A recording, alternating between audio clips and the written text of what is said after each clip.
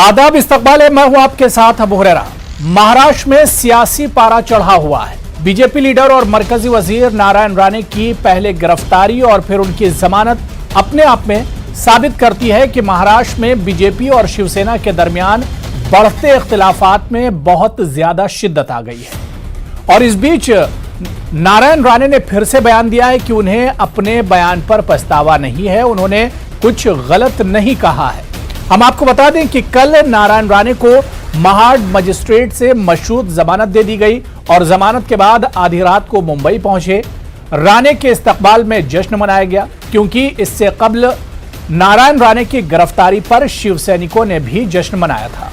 तो महाराष्ट्र में नारायण राणे को लेकर बीजेपी और शिवसेना में इख्तिलाफात की जो नई लकीर खिंची है, इसका असर शिवसेना का तर्जुमान सामना अखबार में भी नजर आ रहा है। सामना में राणे को छेद वाला गुब्बारे तक बताया गया है। इससे पहले शिवसैनिकों ने उन्हें मुर्गी चोर तक कह दिया था क्योंकि 5 दहाई पहले राणा चेंबूर में पोल्ट्री की दुकान चलाते थे। अब सवाल यह उठता है कि महाराष्ट्र की इस सियासत को किस तरह से देखा जाए आगे। आखिर जिस तरह की सियासत हो रही है, जिस तरह की सियासत अब चल पड़ी है, इस सियासत का महाराष्ट्र पर क्या कुछ असरात होंगे और इसके अलावा महाराष्ट्र के अवाम पर इसके क्या कुछ असरात होंगे, क्योंकि जिस तरह का हंगामा देखने को मिल रहा है, ऐसे में लग रहा है कि ये सियासत, ये जो एक तरीका सियासत का है, ये जल्दी थमने वाला नहीं है।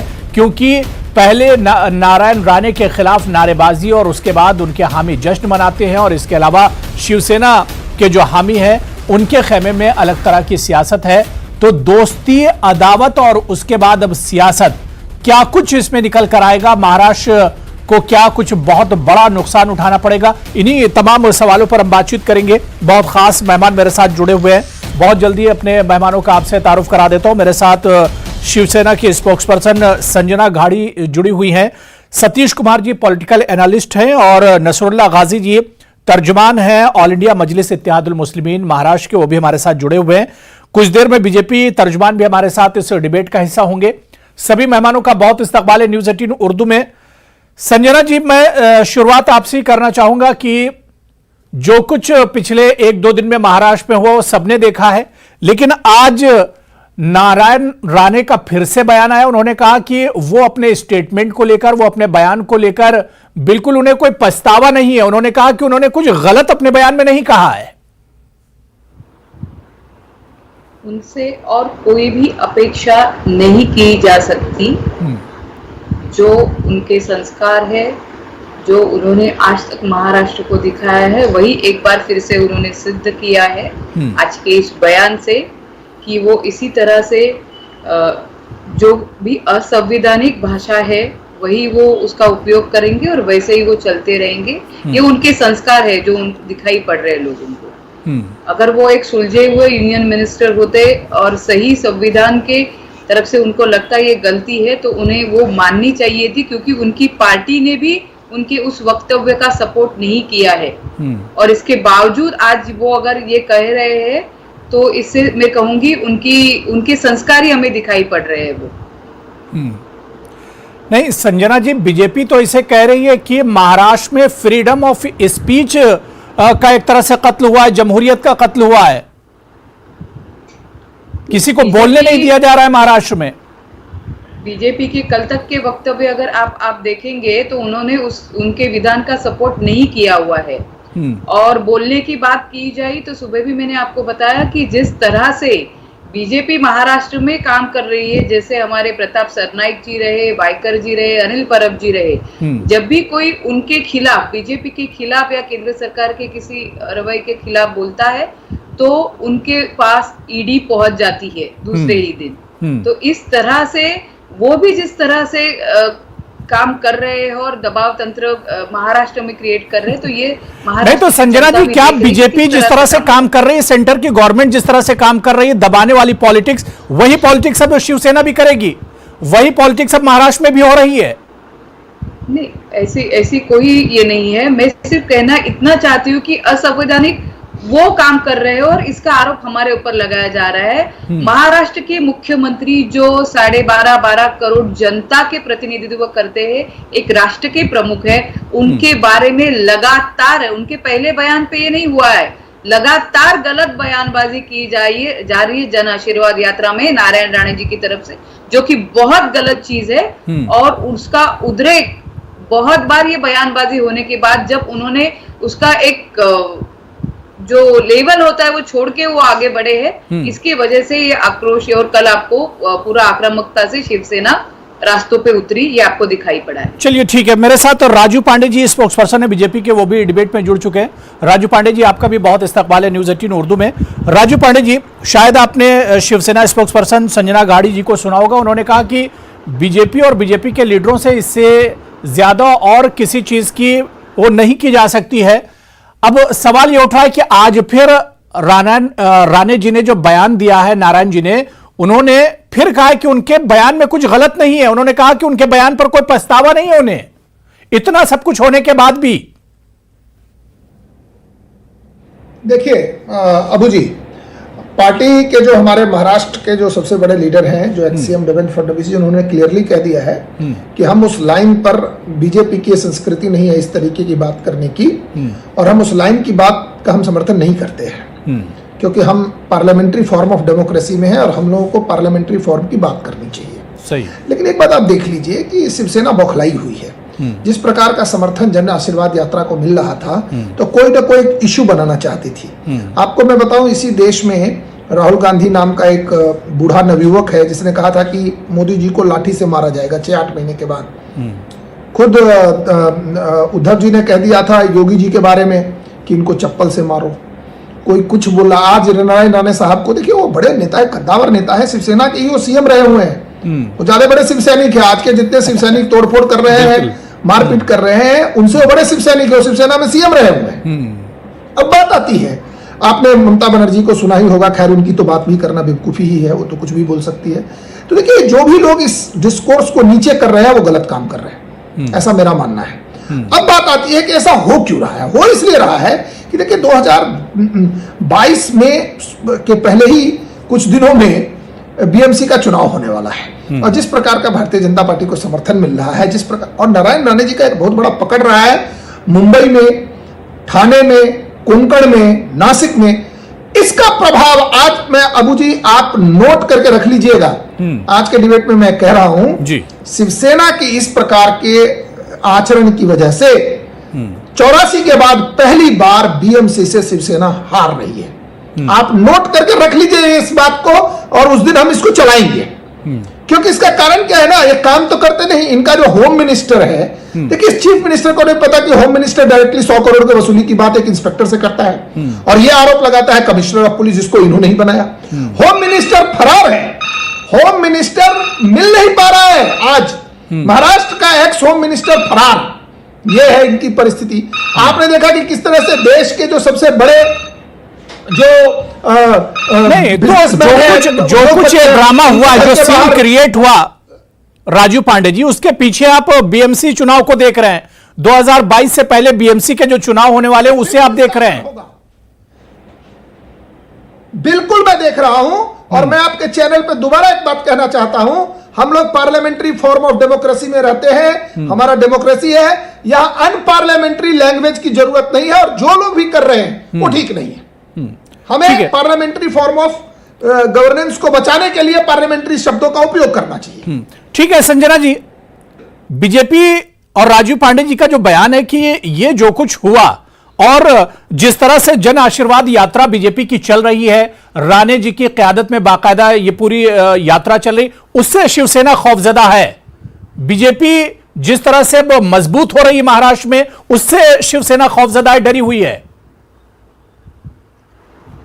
ये जो पांडे जी कह रहे हैं, वो जो एक वहम लेके चल रहे हैं अपने साथ। आप जरूर चलिए, महानगर पालिका में उनकी सत्ता रहेगी, ऐसा उनको जो वहम हो गया है। क्योंकि ऐसा महानगर पालिका का रिजल्ट लगने के बाद जब वहां पे शिवसेना की सत्ता आएगी, पांडे जी हम लोग एक बार फिर से यहाँ पे जरूर मिलेंगे।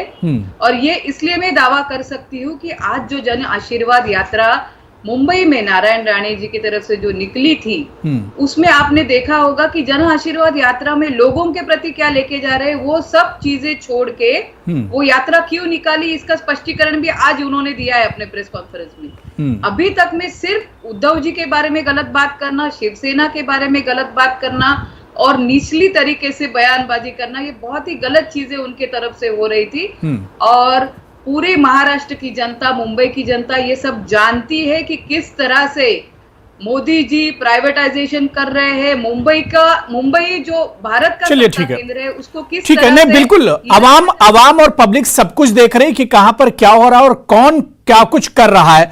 मैं नसरुल्लाह गाजी जी आपके पास आना चाहूंगा। नसरुल्लाह गाजी जी, क्योंकि एमआईएम भी महाराष्ट्र की सियासत में है, आपके भी कई एमएलएज हैं, जो कुछ महाराष्ट्र की सियासत में पिछले 2-3 दिनों से हो रहा है, एमआईएम इसे किस तरह से देखती है? क्या यह रियासत के फायदे के लिए है, रियासत के मफाद में है इस तरह का हंगामा? जी अस्सलाम वालेकुम। सबसे पहले मैं ये जो हंगामा चल रहा है 2 दिन से महाराष्ट्र स्टेट के अंदर, ठीक है, इस पे मैं एक बात स्पष्ट कर देना चाहता हूं कि मैं ना शिवसेना को सपोर्ट करता हूं और ना बीजेपी को सपोर्ट करता हूं, लेकिन ये बीजेपी और शिवसेना की जो नूरा कुश्ती चल रही है ना, एक्चुअल में ये चुनाव को लेकर चल रहा है। टीएमसी चुनाव भी नजदीक है, यूपी चुनाव भी नजदीक है, और आप शिवसेना बीजेपी का एक इतिहास उठाकर देखेंगे तो इनके अंदर 90% जो लीडर हैं उनके सबके कुछ ना कुछ बिगड़े बोल ही होते हैं। और सबसे बड़ी बात है कि जो नेता शिवसेना के अंदर होता है वो कल को बीजेपी में चला जाए तो वो दूध का धूला बन जाता है। अब नारायण राणे जी को देख लीजिए, उनका एक इतिहास है शिवसेना के अंदर। वो जब तक शिवसेना में थे बीजेपी उनको गालियां देती थी, आज बीजेपी में आ गए तो वो दूध के धूले हो गए। तो ये सब जो स्टैंड आजकल इन दोनों का चल रहा है, ये सिर्फ आवाम को असल मुद्दों से भटकाने के लिए है, आवाम को परेशान करने के लिए है। बीजेपी की जो रणनीति रही है कि बीजेपी गवर्नमेंट चलाने में पूरी तरीके से फ्लॉप है सेंट्रल के अंदर। बीजेपी महंगाई को कंट्रोल नहीं कर पा रही है। बीजेपी जो तालिबानी जैसी हरकत करके बीजेपी के गुंडे लिंचिंग करते हैं, अभी अजमेर में, अभी इंदौर में, अभी हरियाणा का केस आया, इन सब चीजों के मुद्दों से लोगों का जहन भटकाने के लिए कुछ ना कुछ जानबूझकर कंट्रोवर्शियल बयान दिलवाया जाता है और फिर उस बयान के खिलाफ दूसरी शिवसेना आती है और एक गुंडागर्दी शुरू कर देती है। तो ये दोनों एक ही सिक्के के दो पहलू हैं और ये आवाम के हक में बिल्कुल नहीं है। ठीक है, नहीं, और ये भी सच्चाई है, कोई पार्टी इससे अछूती नहीं, किसी पार्टी के लीडर इससे अछूते नहीं, चाहे बीजेपी, शिवसेना या एमआईएम की भी बात कर लें, वहां पर भी लीडर इस तरह के बयानात देते हैं जो सियासत को हालांकि जेब नहीं देते हैं, जमहूरियत को जेब नहीं देते हैं। मैं सतीश कुमार जी आपके पास आना चाहूंगा। सतीश कुमार जी, महाराष्ट्र की जो मौजूदा पॉलिटिक्स है, जो पॉलिटिक्स का मौजूदा जो सिनेरियो से किस तरह से आप देखते हैं? जिस मुद्दे पर अबू भाई जिस मुद्दे पर डिबेट हो रहा है, अगर पहले उससे हम शुरुआत करें और समझने की कोशिश करें महाराष्ट्र की राजनीति को, तो स्पष्ट रूप से दिखाई दे रहा है कि जिस व्यक्ति ने भी कहा, जिस पार्टी के भी नेता हैं, जिस तरीके की भाषा का प्रयोग चाहे वो भारतीय जनता पार्टी के वरिष्ठ मंत्री के द्वारा प्रयोग किया गया हो या उसके उपरांत शिवसेना के बड़े नेता और मुख्यमंत्री के द्वारा जो आयाम दिया गया, वो अत्यंत ही भारतीय राजनीति के लिए एक चिंता का कारण है। और ये ऐसा नहीं है कि ये पहली बार हुआ है, इसके पहले भी पिछले तकरीबन 1 साल से अगर पूरा इतिहास उठाकर देखें तो आपको कई ऐसे वक्तव्य मिल जाएंगे जो बड़े नेताओं के द्वारा किसी एक सूबे के मुख्यमंत्री के बारे में बहुत ही अभद्र भाषा का प्रयोग वहां के सूबे के मुख्यमंत्री के द्वारा किया गया। तो ये भारतीय राजनीति के लिए, भारतीय लोकतंत्र के लिए, जैसा आपने कहा, वो एक कठिन दौर है, एक अफसोसजनक परिस्थिति है। लेकिन ऐसा हो क्यों रहा है, इस पर बात पर मुआयना करना, विवेचना करना ज्यादा जरूरी है। शिवसेना जिस चीज के लिए स्थापित हुई थी, जिस विचारधारा के आधार पर काम करने के लिए बनी थी, जिसने इतने लंबे रास्ते तय किए बाल ठाकरे के कार्यकाल और उसके बाद, तो सबसे महत्वपूर्ण कारण है उसकी बेचैनी और बेतहासा का, वो आइडेंटिटी क्राइसिस से गुजर रही है। जिस मुद्दों पर भारतीय जनता पार्टी उसे निरंतर पीछे ढकेलती जा रही है, वो उसे हतोत्साहित है। अब कारण आशीर्वाद यात्रा को लेकर हो या म्युनिसिपल चुनाव को लेकर हो या उसके पहले भी जो मुद्दे सामने आकर दिखाई देते हैं, वो आइडियोलॉजिकल फ्लैंक पर शिवसेना के लिए भी वही था जो भारतीय जनता पार्टी की है। तो ये स्वाभाविक रूप से है कि अगर goal post Bharatiya Janata party के नियंत्रण में है तो शिवसेना उसे कैसे अपने हाथों में ले सकती है। इसी की हमें लगता है कि एक आइडेंटिटी जो पाकिस्तान के साथ एक आइडेंटिटी क्राइसिस है कि एक नेशन स्टेट के रूप में अपने आप को स्थापित नहीं कर पाया और वो भारत विरोध की लहर को अभी तक अंजाम दे रहा है और उससे उसको नुकसान हो रहा है। वही स्थिति एक राजनीतिक दल के रूप में शिवसेना भारतीय जनता पार्टी के साथ खेल रही है और उसे निरंतर उसे नुकसान हो रहा है और आने वाले समय में भी उसे खामियाजा झेलना पड़ेगा। बिल्कुल। मैं राजू पांडे जी आपके पास आना चाहूंगा। राजू पांडे जी, मैं महाराष्ट्र के बारे में पढ़ रहा था जो कुछ अभी शिवसेना और बीजेपी में चल रहा है। नवाब मलिक का एक बयान था कि बीजेपी महाराष्ट्र को मगरबी बंगाल बनाना चाहती है, वेस्ट बंगाल जैसे हालात बनाना चाहती है महाराष्ट्र में बीजेपी। मुझे एक बात बताइए अबू भाई कि वेस्ट बंगाल में जो अत्याचार हुआ वो भारतीय जनता पार्टी के कैडर पर हुआ और हिंदुओं पर हुआ। भारतीय जनता पार्टी का नाम लेकर के जो बांग्लादेश से आए हुए गुंडे आतंकवादी जो जिनको शरण मिली हुई है उन्होंने हमले किए।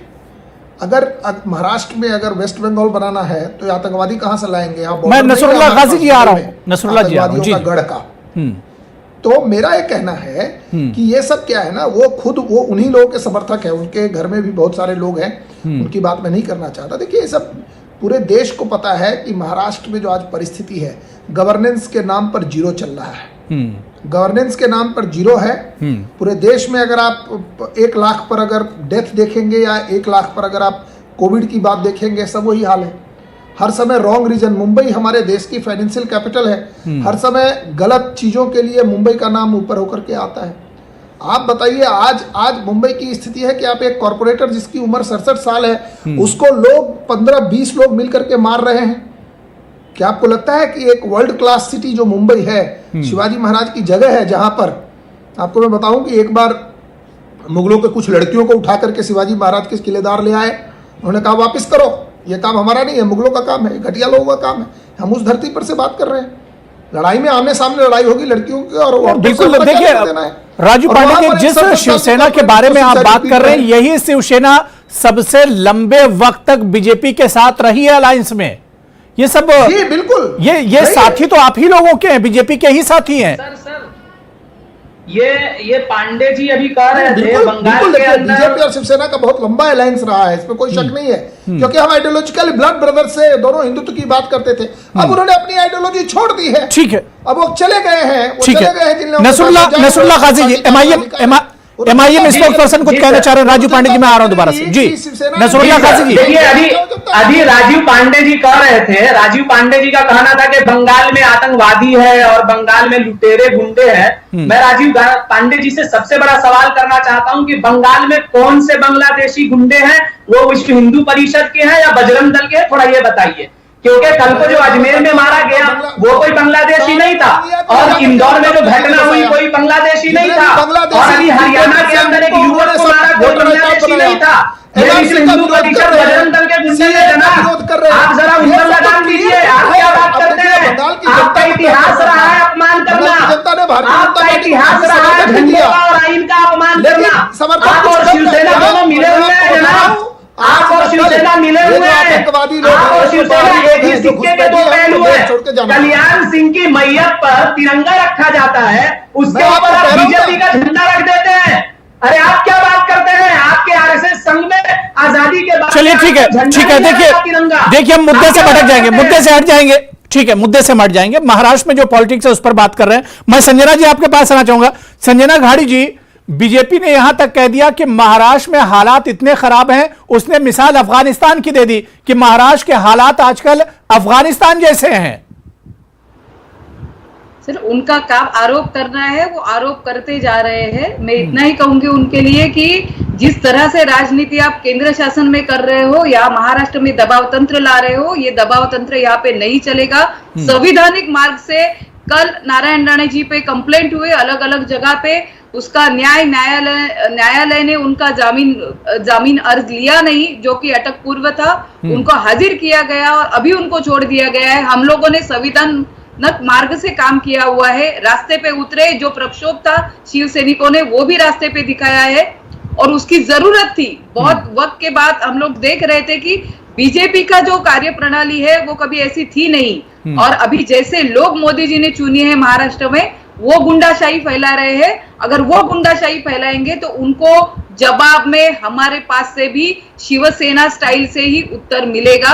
यही हम लोग यहाँ पे कहना चाहेंगे। इसको आप नाम क्या दे रहे हैं वो आपकी मर्जी। आपने यहाँ पे अभी बताया। मैं एक बात और बताना चाहूंगी। पश्चिम बंगाल में इलेक्शन के वक्त लाइन में खड़े 4 मतदारों को गोली मार दी गई, उनको कोई भी चेतावनी नहीं गई। सेंट्रल फोर्स जो थी उनकी तरफ से ये कार्यवाही हुई, जहां पे बीजेपी को मतदान नहीं होने वाला था, ऐसा वो एक मतदार संघ था।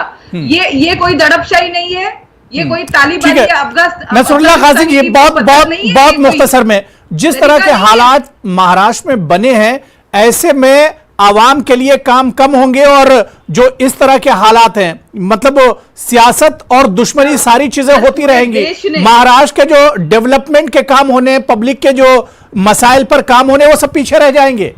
सिर्फ सुप्रीम कोर्ट ने जिनको अच्छा सबसे अच्छा जी बिल्कुल बिल्कुल संजना जी सुन लीजिए, संजना जी सुन लीजिए नंबर ठीक है। ये सब संजना जी मैंने आपको टाइम दे दिया। सुन लीजिए मैं दोबारा से आ रहा हूँ जी सर। जी अबू हुरैरा जी, सबसे बड़ी बात, अभी ये तालिबान जब महाराष्ट्र की सियासत में आ ही गया है तो मैं 10 सेकंड इस पे बोलूंगा। आप जरा सोचिए कि राम कदम एक एमएलए है बीजेपी का यहाँ पे महाराष्ट्र के अंदर, वो कहते हैं कि पथराव करने वाले पे सीएम ने पीठ थपथपाया। पीठ थपथपाना ये गलत है, ये कहीं से इसका सपोर्ट नहीं किया जा सकता है, लेकिन ये तालिबानी जैसा है। तो आप सेंट्रल के जितने कारनामे हैं, चाहे वो किसी भी तरीके सीए के जरिए, एनआरसी के जरिए लोगों को सताना हो, किसी भी तरीके से, क्या वो तालिबानी हरकत से कम है या नहीं है, इस पर जरा बीजेपी गौर कर ले। दूसरी बात यह है कि बीजेपी और शिवसेना जो आज कर रही है स्टेट में बैठकर, सिर्फ और सिर्फ डेवलपमेंट के मुद्दों से आवाम के ज़हन को भटकाने के लिए, अगर ये लोग इस तरीके की हरकत करेंगे, एक उल्टा बयानबाजी देगा, दूसरा उस पर गुंडागर्दी करके पथराव करेगा, तो इससे बिल्कुल ये तो सच्चाई है कि अगर इस तरह की सियासत होगी तो डेवलपमेंट फिर कहां होगा, फिर एजुकेशन पर बात कहां होगी, फिर मेडिकल पर बात कहां होगी, तब फिर तो इसी तरह की दुश्मनी चलती रहेगी और इसी तरह की पॉलिटिक्स चलती रहेगी। मैं सतीश कुमार जी आपके पास आ रहा हूं। सतीश कुमार जी मैं आपके पास आ रहा हूं। ठीक है, नसरुल्लाह जी बात हो गई। मैं सतीश कुमार जी देखिए, पहले इस तरह की सियासत नहीं होती थी, अब सियासत का मॉडल बहुत हद तक बदल चुका है, और महाराष्ट्र में जिस तरह की सियासत चल रही है कि दबाव की बनाने वाली सियासत, इसे आप कह लीजिए, इसे दुश्मनी वाली सियासत कह लीजिए, या इसे पुरानी रंजिश वाली सियासत कह लीजिए, ऐसे में नुकसान सतीश जी तो सिर्फ आवाम का होगा।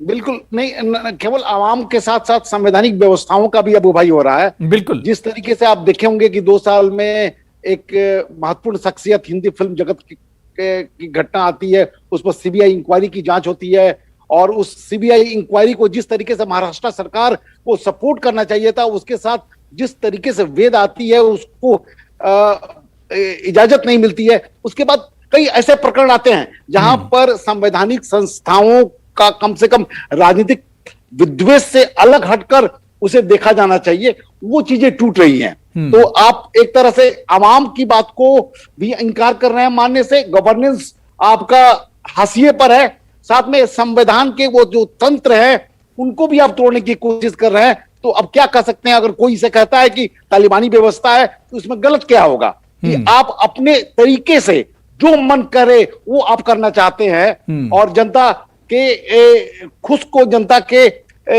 चीजों को, जरूरत को अगर उसे नहीं देखना चाहते तो वो चीजें दिखाई दे रही है कि पैंडेमिक का फर्स्ट लहर, दूसरा लहर और तमाम व्यवस्थाएं मुंबई से क्यों शुरू होती है, महाराष्ट्र से क्यों शुरू होती है। तो कहीं ना कहीं पर सरकार जो मिनिमम गवर्नेंस की बात आती है। संजना जी ठीक है सतीश कुमार, संजना जी कुछ कहना चाह रहे हैं राज्य सरकार को क्या क्या कर, संजना घाड़ी जी। मुझे ये दिखाई पड़ रहा है यहाँ पे बीजेपी के एक नहीं 2 प्रवक्ता है, माफ कीजिए स्ट्रेट बात कर रही हूँ। मुंबई ये पूरे भारत का औद्योगिक ये है पूरी तरह से लोग दुनिया भर से आते, पहले मुंबई में आते, आपको भी मालूम है, और भारत के हर कोने से लोग मुंबई में रहते हैं। सबसे पहले तो भारत में कोरोना आया कैसे, इसका क्रेडिट पूरे के पूरा मोदी जी को जाता है। देखिए कोरोना नहीं, ठीक है संजना जी, कोरोना कैसे आया और उस पर सरकार ने क्या कुछ किया वो एक अलग मुद्दा है, लेकिन महाराष्ट्र में अब जिस तरह की सियासत चल रही है इस पर कैसे ब्रेक लगेगा? क्योंकि नुकसान सिर्फ और सिर्फ महाराष्ट्र के आवाम का हो रहा है। इस पर शिवसेना को भी सोचना होगा, इस पर बीजेपी को भी सोचना होगा कि सियासत ऐसी ना हो कि आवाम का नुकसान हो जाए। आप सियासत जरूर कीजिए लेकिन आवाम का नुकसान ना हो, डेवलपमेंट के काम न रुकने पाए, मेडिकल और तालीम से जुड़े हुए जो मुद्दे हैं उस पर किसी तरह का हर्फ ना आने पाए। तो सियासत आप जरूर कीजिए लेकिन जो चीजें जरूरी हैं, जो आवाम के हक में है, उस पर किसी तरह की आंच नहीं आनी चाहिए। बहुत बहुत शुक्रिया, मेरे पास वक्त कम है। संजना गाड़ी जी आपका बहुत बहुत शुक्रिया, नसरुल्लाह गाजी जी, राजीव पांडे साहब और सतीश कुमार जी, सभी का बहुत बहुत शुक्रिया डिबेट में जुड़ने के लिए। आदाब।